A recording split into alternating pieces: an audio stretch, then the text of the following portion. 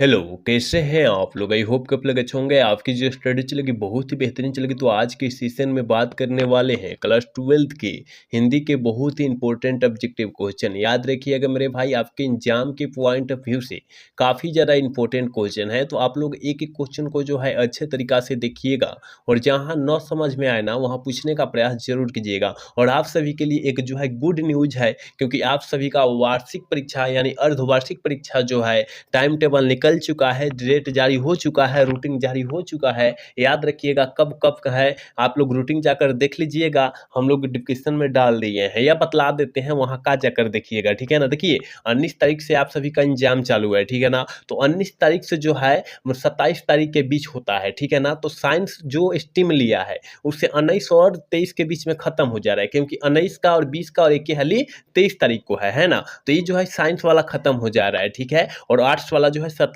तारीख के अंदर में खत्म हो रहा है, ठीक है ना। तो आप लोग जान लीजिए, आप लोग रूटीन जाकर देख लीजिएगा अपना अपना, और आप लोग अच्छे तरीका से मेहनत कीजिए कि इसमें जो है बेहतर से बेहतर अंक आ जाए। ये जो है आपका जो है एक टेस्ट सीरीज के रूप में लिया जाता है, ठीक है ना। तो आप लोग कोशिश कीजिएगा कि 100 में 100 करके हम लोग आए, ठीक है। तो चलिए बिना टाइम को क्वेश्चन की तरफ बढ़ते हैं। इससे पहले क्लास को लाइक नहीं किए हैं तो क्लास को लाइक कर लेंगे और चैनल को सब्सक्राइब कर लेंगे। और आप लोग अच्छे से देखिएगा, आपके फाइनल एग्जाम और ये अर्धवार्षिक परीक्षा के लिए काफी ज्यादा दोनों क्वेश्चन के जो है इंपॉर्टेंट है। याद रखिएगा, कहा जा रहा है अष्टयाम के लेखक कौन है, काफी ज्यादा इंपॉर्टेंट है, जल्दी बताइए। अष्टयाम पाठ के लेखक कौन है? आप कहिएगा सर अष्टयाम हम जानते हैं नाभा दास जी। बिल्कुल ऑप्शन ए हो जाएगा, 1 का ऑप्शन ए हो जाएगा। याद रखिएगा, हम लोग फटाफट सारे क्वेश्चन को समाप्त करेंगे। 2 नंबर क्वेश्चन में कहा जा रहा है नाभा दास के दीक्षा गुरु कौन थे?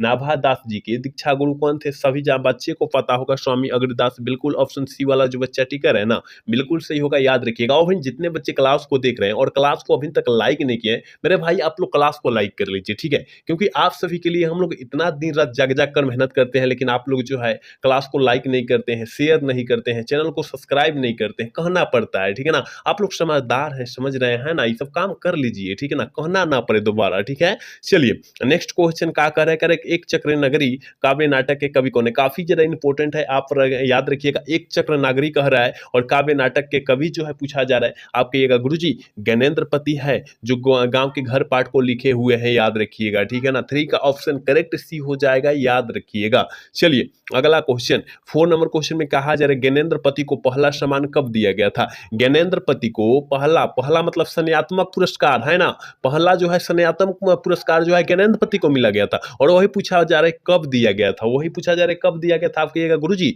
2006 में दिया गया था। कौन संज्ञानात्मक पुरस्कार दिया गया था? आप साथ में याद रखिएगा। हम जितना साइड से क्वेश्चन बतलाएंगे उस क्वेश्चन को भी आप लोग अच्छे तरीका से प्रयास कीजिएगा, कोशिश कीजिएगा कि उसको याद हम लोग किसी भी हाल में और किसी भी परिस्थिति में हम लोग कर ले उसको, ठीक है ना। चलिए नेक्स्ट क्वेश्चन की तरफ बात करेंगे। और नेक्स्ट क्वेश्चन यानी 5 नंबर क्वेश्चन में कहा जा रहा है अनुभव शब्द कौन सा लिंग है? अनुभव जो है स्त्रीलिंग है क्या पुल्लिंग है? देखिए अनुभव जो होता है मेरे भाई वो पुल्लिंग रूप होता है। क्या होता है? क्योंकि अनु वो एगो शब्द हो गया, भव जो हो गया एक शब्द हो गया, यानी वो पुल्लिंग शब्द होता है। बिल्कुल ऑप्शन जो हो जाएगा बी वाला करेक्ट होगा 5 का। याद रखिएगा, आप एक एक प्रश्न को अच्छे से याद रखिएगा, क्योंकि एक एक प्रश्न आपके बीच हम चुन चुन कर ही लाए हैं, इसलिए आप लोग सारे क्वेश्चन को अच्छे तरीका से बेस्ट अच्छे तरीका से देखने का प्रयास करेंगे, ठीक है, कोशिश करेंगे। चलिए अगला क्वेश्चन और 6 नंबर क्वेश्चन में कहा जा रहा है काफी ज्यादा इंपॉर्टेंट है कि प्रगति और समाज पाठ की रचना किनकी है? किनकी है, किस लेखक की है? प्रगति और समाज। आप कहिएगा गुरुजी प्रगति और समाज जो है ये नामवर सिंह के लिखा हुआ है। आप कहिएगा जी, ऑप्शन बी वाला सही होगा, 6 का ऑप्शन बी हो जाएगा। आप याद रखिएगा, आप याद रखने का प्रयास कीजिएगा, कोशिश कीजिएगा सारे क्वेश्चन को, क्योंकि आपके अर्धवार्षिक परीक्षा के लिए और वार्षिक परीक्षा के लिए मतलब फाइनल परीक्षा के लिए काफी ज्यादा इंपॉर्टेंट क्वेश्चन है। तो इसलिए सारे क्वेश्चन को अच्छे तरीका से देखिएगा, क्योंकि क्वेश्चन कोई पुराना नहीं होता है और कोई क्वेश्चन नया नहीं होता है। सेम वही क्वेश्चन होता है जो बिहार बोर्ड पूछता है बार बार, सेम उसी में से उठा कर ला देता है, कोई दूसरा क्वेश्चन लाता नहीं है ना। चलिए अगला क्वेश्चन नेक्स्ट क्वेश्चन की तरफ बात करते हैं। अदान का विलोम शब्द क्या हो जाएगा? इतना ही आसान पूछा जाता है आपके एग्जाम में, केवल इतना आसान ही क्वेश्चन आता है, याद रखिएगा। ये आया हुआ प्रश्न है, अदान का विलोम शब्द क्या है? प्रदान हो जाएगा। विलोम शब्द मतलब उल्टा शब्द, याद रखिएगा। चलिए नेक्स्ट क्वेश्चन 8 नंबर क्वेश्चन का प्रवृत्ति का विलोम है। प्रवृत्ति का विलोम शब्द जो होता है क्या होता है? कहिएगा गुरुजी प्रवृत्ति निवृत्ति, प्रवृत्ति निवृत्ति मतलब 8 का ऑप्शन ए हो जाएगा, याद रखिएगा, ठीक है। चलिए 9 नंबर क्वेश्चन करेगा उन्नति का विलोम शब्द क्या होगा। उन्नति का विलोम शब्द जो होता है अवनति होता है, बिल्कुल ऑप्शन सी वाला सही होगा। 9 का ऑप्शन सी हो जाएगा, याद रखिएगा। चलिए अगला क्वेश्चन, और 10 नंबर क्वेश्चन जो काफी ज्यादा इंपॉर्टेंट है, कहा जाएगा आशा का विलोम शब्द क्या होगा। आशा, आशा लगाकर बैठे हैं, कुछ नहीं मिलेगा तो निराश हो जाएंगे, यानी निराशा हो जाएगा, याद रखिएगा। आशा लगाकर बैठे हैं कि मेरा नंबर जो है इतना आएगा और उतना मेहनत नहीं कर पा रहे, नहीं आएगा, यानी निराश होइएगा। रिजल्ट जब आएगा तो निराश हो जाइएगा, ठीक है ना। तो आपको निराश नहीं होना है, अच्छे से मेहनत करके अच्छे नंबर लाना है आपको। कहा जा रहा है अपमान का प्रवासी शब्द क्या होगा। देखिए अपमान मतलब जो होता है आपको बेइज्जत किया गया, आपको जो है सम्मान वहां पर नहीं किया गया, कुछ आदमी के बीच में जो है आपको खेदेरा गया, मतलब आपको जो है बेहरूबिया बनाया गया है ना, वही ना होता है। मतलब तिरस्कार किया गया, अनादर किया गया, आघात आपके साथ किया गया, इनमें से सभी होगा। ऑप्शन जो हो जाएगा ऑल ऑफ दिस हो जाएगा, याद रखिएगा। 11 का ऑप्शन डी होगा, याद रखिएगा। चलिए अगला क्वेश्चन, नेक्स्ट क्वेश्चन में कहा जा रहा है शिकारी का प्रवाची शब्द क्या होता है। आप कहिएगा गुरुजी शिकारी तमचूर, याद रखिएगा तमचूर नहीं नदीस होता है, नदीस होता है, दिया है ना ऑप्शन डी में, ऑप्शन डी वाला सही होगा। शिकारी का प्रवाची शब्द कौन नहीं है, ये नदीस नहीं है, ठीक है ना, ऑप्शन डी हो जाएगा। चलिए अगला क्वेश्चन 13 नंबर क्वेश्चन जो है काफी ज्यादा इंपॉर्टेंट कहा जा रहा है मृग जैसे नेत्रों वाली को क्या कहते हैं। मृग जैसे नेत्रों वाली को क्या कहते हैं, जल्दी बतला दीजिए क्या हो जाएगा। 13 का ऑप्शन फटाफट बतलाइए क्या हो जाएगा। कहिएगा सर मृग नयनी, बिल्कुल बिल्कुल ऑप्शन ए हो जाएगा, याद रखिएगा। ये जो है अनेक शब्दों के लिए एक शब्द है, आप पढ़े होंगे, ठीक है। चलिए अगला क्वेश्चन 14 नंबर क्वेश्चन में कहा जा रहा है जिसकी राह गलत हो उसे उसके लिए एक शब्द, जिसकी राह गलत हो उसके लिए एक शब्द। गुमराह कहिएगा, बुमराह गलत हो जाएगा, गुमराह, गुमराह कहिए, बुमराह गलत हो जाएगा। बुमराह जो है इंडियन खिलाड़ी, जो है इंडियन खिलाड़ी का बॉलर है, पता है ना, बुमराह जो है इंडियन खिलाड़ी का बॉलर है, लेकिन ये जो है गुमराह मतलब आपको जो है ना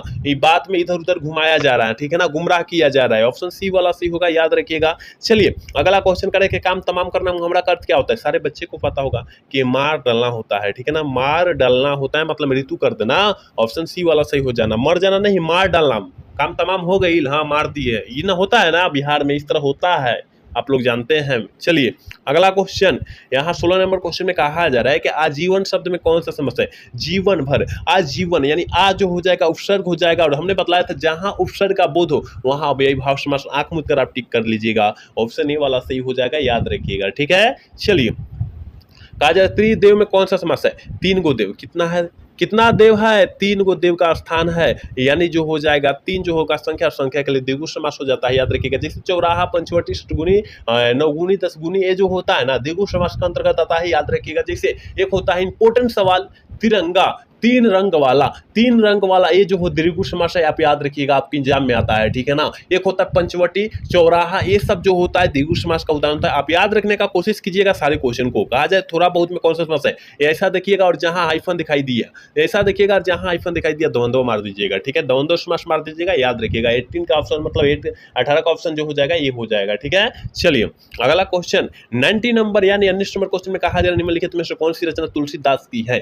कौन सी रचना जो है तुलसीदास की है। कहिएगा सर कवितावली है तुलसीदास की रचना, सूरसागर जो है सूरदास की रचना है, साहित्य लहरी जो है सूरदास की रचना है, आंसू जो है जयशंकर प्रसाद जी की रचना है। आप याद रखिएगा ना, सारे रचना याद रखिएगा जितना बतलाया जा रहा है। चलिए अगला क्वेश्चन अधिकार शब्द में कौन सा उपसर्ग है। अधि, अधिकार में अधि उपसर्ग हो जाएगा, ठीक है, याद रखिएगा। ऑप्शन बी हो जाएगा 20 का, यानी 20 का ऑप्शन बी होगा, याद रखिएगा। जितने बच्चे देख रहे हैं प्लीज क्लास को लाइक करेंगे, जितने बच्चे मेरे भाई देख रहे हैं ना क्लास को लाइक करने का प्रयास करेंगे, क्योंकि आप सभी के लिए हम लोग इतना मेहनत करते हैं, लेकिन आप लोग जो है क्लास को लाइक नहीं करते हैं, ठीक है ना। कहा जा रहा है अत्यंत में उपसर्ग क्या होगा। अति जोर अंत, अति जोर अंत, यानी अत्यंत होता है, अति जो हो जाएगा यहाँ उपसर्ग होगा, ऑप्शन ए में है, ऑप्शन ए वाला सही होगा। 21 का ऑप्शन ए हो जाएगा, याद रखिएगा। चलिए 22 नंबर क्वेश्चन करेंगे पढ़ाई में कौन सा प्रत्यय, जल्दी बताइए। पढ़ाई में जो है कौन सा प्रत्यय, पढ़ जोर आई, क्या पढ़ जोर आई यानी पढ़ाई, याद रखिएगा। ऑप्शन सी वाला सही होगा, 22 का ऑप्शन सी हो जाएगा, आप याद रखिएगा। जितना क्वेश्चन आपको दिया जा रहा है आप लोग अच्छे से याद रखिएगा।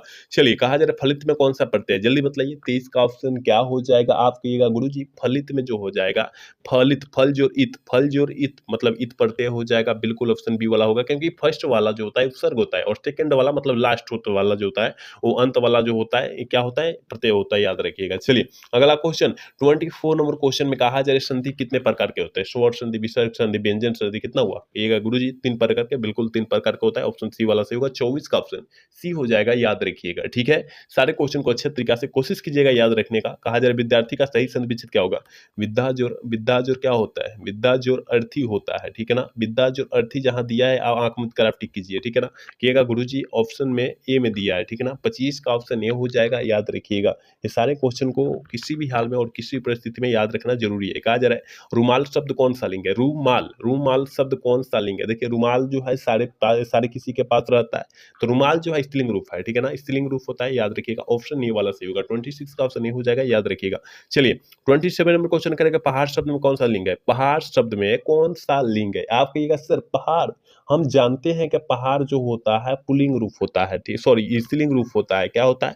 स्त्रीलिंग रूप होता है, क्योंकि पहाड़ ना है, पहाड़ ऊंची है, हाँ स्त्रीलिंग रूप होता है। नहीं, पहाड़ पहाड़ ये भाई स्त्रीलिंग नहीं होगा, पहाड़ ऊंचा है। ऑप्शन बी वाला सही हो जाएगा, ठीक है ना। क्योंकि सही अर्थ होगा पहाड़ ऊंचा है, ऊंचा के लिए क्या हो जाएगा? ऑप्शन बी सही होगा, ऑप्शन ए गलत होगा। क्योंकि पहाड़ जो होता है पुल्लिंग रूप होता है। क्या होता है? पुल्लिंग रूप होता है। यहाँ थोड़ी सी आप सुधार लीजिएगा, ठीक है ना। 27 का ऑप्शन जरूर सुधारिएगा आप लोग। चलिए 28 नंबर क्वेश्चन की तरफ बात करेंगे। और 28 नंबर क्वेश्चन में कहा जा रहा है हताहत का संधि विच्छेद क्या होता है? हताहत का संधि विच्छेद जो होता है हत जोड़ आहत, हत जोड़ आहत होता है, हताहत होता है मेरे दोस्त, याद रखिएगा। ऑप्शन बी में दिया है, ऑप्शन बी वाला सही हो जाएगा, याद रखिएगा। इससे बाहर एक भी प्रश्न नहीं आने वाला है। कहा जा रहा है रिट्रॉक्शन ऑफ इंडियन पॉलिटिक नामक किसने लिखी है? रिट्रॉक्शन ऑफ इंडियन पॉलिटिक नामक जो है किसने लिखी है? आपके यह रिट्रॉक्शन ऑफ गुरुजी हमें पता है कौन लिखे हैं? कहेगा कि जेपी साहब के द्वारा लिखा गया है, यानी जयप्रकाश नारायण के द्वारा लिखा गया है, याद रखिएगा, ठीक है। चलिए 30 नंबर क्वेश्चन करें जयप्रकाश नारायण को लोग क्या कहने लगे? देखिए जयप्रकाश नारायण जी अमेरिका गए, और अमेरिका गए ना, उधर से आए तो उधर से आने से पहले उनको जो है अमेरिका का दलाल बोला गया था, ठीक है, याद रखिएगा, ठीक है ना। तो ये नहीं पूछा गया लोग क्या कहने लगे, बड़े होने पर लोग क्या कहने लगे? लोकनायक कहने लगे, याद रखिएगा, ठीक है ना। यहाँ दुगो शब्द हमने जो बतलाया ना, दुगो शब्द बन रहा है, तो आप अच्छे से समझने का प्रयास कीजिएगा, ऑप्शनल हिसाब आप जरूर मानिएगा, ठीक है। चलिए अगला क्वेश्चन की तरफ बात करेंगे। 31 नंबर क्वेश्चन में कहा जा रहा है दिनकर को किस गद्य पुरस्कार पर साहित्य अकादमी पुरस्कार मिला था? काफी ज्यादा इंपॉर्टेंट क्वेश्चन है। कौन दिनकर? रामधारी सिंह दिनकर। और संस्कृति के 4 अध्याय पर मिला था, बिल्कुल ऑप्शन ए हो जाएगा, बी हो जाएगा, याद रखिएगा, बिल्कुल बी आंसर होगा। चलिए कहा जा रहा है 32 नंबर क्वेश्चन बालकृष्ण भट्ट की रचना बातचीत क्या है? ललित निबंध है। क्या है? ललित निबंध है। सारे बच्चे को पता होगा, एक एक बच्चे को पता होनी चाहिए, ठीक है। चलिए अगला क्वेश्चन 33 नंबर क्वेश्चन में कहा जा रहा है रामधारी सिंह दिनकर का जन्म कब हुआ था? रामधारी सिंह दिनकर का जो जन्म हुआ था वो कब हुआ था? कहिएगा गुरुजी हमें पता है 23 सितंबर 1960 को हुआ था, बिल्कुल ऑप्शन बी हो जाएगा। 33 का ऑप्शन बी हो जाएगा, आप याद रखिएगा, ठीक है। चलिए 34 नंबर क्वेश्चन की तरफ बात करते हैं। और 34 नंबर क्वेश्चन में कहा जा रहा है रोज शीर्षक पाठ क्या है? रोज शीर्षक पाठ जो है एक प्रकार का कहानी है, और इस कहानी के कहानीकार जो है अज्ञे जी है। क्या है? सच्चिदानंद हिरानंद वाद से अज्ञे है, याद रखिएगा, ठीक है ना। 34 का ऑप्शन बी करेक्ट होगा, याद रखिएगा। चलिए 35 नंबर क्वेश्चन में कहा जा रहा है कि सत्याग्रह और हड़तालों के लेखक कौन है? सत्याग्रह और हड़तालों के लेखक जो है कौन है? कहिएगा गुरुजी भगत सिंह है, बिल्कुल ऑप्शन ए वाला सही होगा। आप एक एक क्वेश्चन को अच्छे तरीके से देखिए, एक एक मतलब क्वेश्चन होता है ना, हम आपके बीच चुन चुन कर ही लाए हैं कि यहाँ से बाहर नहीं आने वाला है ना। तो आप लोग अच्छे तरीके से देखिए, जितने बच्चे देख रहे हैं प्लीज आप लोग, आप सबसे रिक्वेस्ट है कि आप जितना क्वेश्चन देख रहे हैं अच्छे तरीके से देखिए, क्योंकि परीक्षा में जो आता है ना पूरा कंफ्यूजन में डाल देता है कि कहाँ मारे कहाँ न मारे, है ना। तो आपको जो है इस सब काम पर ध्यान नहीं देना है, बिल्कुल अपना क्वेश्चन पर फोकस टाइम पर करना है। टाइम पर पकड़ होगा, टाइम बचत होगा, तो आप जो है अच्छा नंबर ला सकते हैं पढ़ के, है ना। चलिए हम लोग बढ़ते हैं अगला क्वेश्चन की तरफ। कहा जा रहा है भगत सिंह के माता का नाम क्या था? जल्दी बताइए, माता जी का नाम जो था क्या था? जल्दी बताइए। 36 का ऑप्शन क्या हो जाएगा? कहिएगा कि सर विद्यावती देवी था, बिल्कुल ऑप्शन ये हो जाएगा। चलिए 37 नंबर क्वेश्चन में क्या कहा जा रहा है? कहा जा रहा है ना बहुजन स्वप्रेषण के माध्यम पुस्तक किसने लिखी है? बहुजन स्वप्रेषण के माध्यम पुस्तक जो है, याद रखिएगा, जगदीश चंद्र माथुर लिखे हुए हैं, बिल्कुल ऑप्शन बी हो जाएगा, याद रखना है। 38 नंबर क्वेश्चन में कहा जा रहा है कि नामवर सिंह को साहित्य अकादमी पुरस्कार कब दिया गया था? नामवर सिंह को साहित्य अकादमी पुरस्कार जो है कब दिया गया था मेरे भाई? कहिएगा कि सर 1971 में दिया गया था, बिल्कुल ऑप्शन बी में दिया है, ऑप्शन बी वाला सही होगा, होगा, ठीक है। चलिए नेक्स्ट क्वेश्चन, यानी 39 नंबर क्वेश्चन कहा जा रहा है कि 9 आने वाला कल पाठ की कौन सी विद्या, 9 आने वाला पाठ की कल, 9 आने वाला पाठ की कल पाठ की कौन सी विद्या है, जल्दी बताइए क्या होगा। 39 का ऑप्शन क्या होगा, कहिएगा गुरुजी नाटक है, क्या है, नाटक है, आप याद रखिएगा, बिल्कुल भी ऑप्शन हो जाएगा। चलिए 40 नंबर क्वेश्चन, प्रेम के पीर के कवि कौन है। देखिए अगर कवियों के कवि पूछता तो शमशेर बहादुर सिंह मर्द, लेकिन प्रेम के पीर का कवि जो है मलिक मोहम्मद जायसी जी हो जाएंगे, याद रखिएगा। काफी ज्यादा खास क्वेश्चन है, आपके एग्जाम में आया हुआ है, आप याद रखने का कोशिश जरूर करेंगे।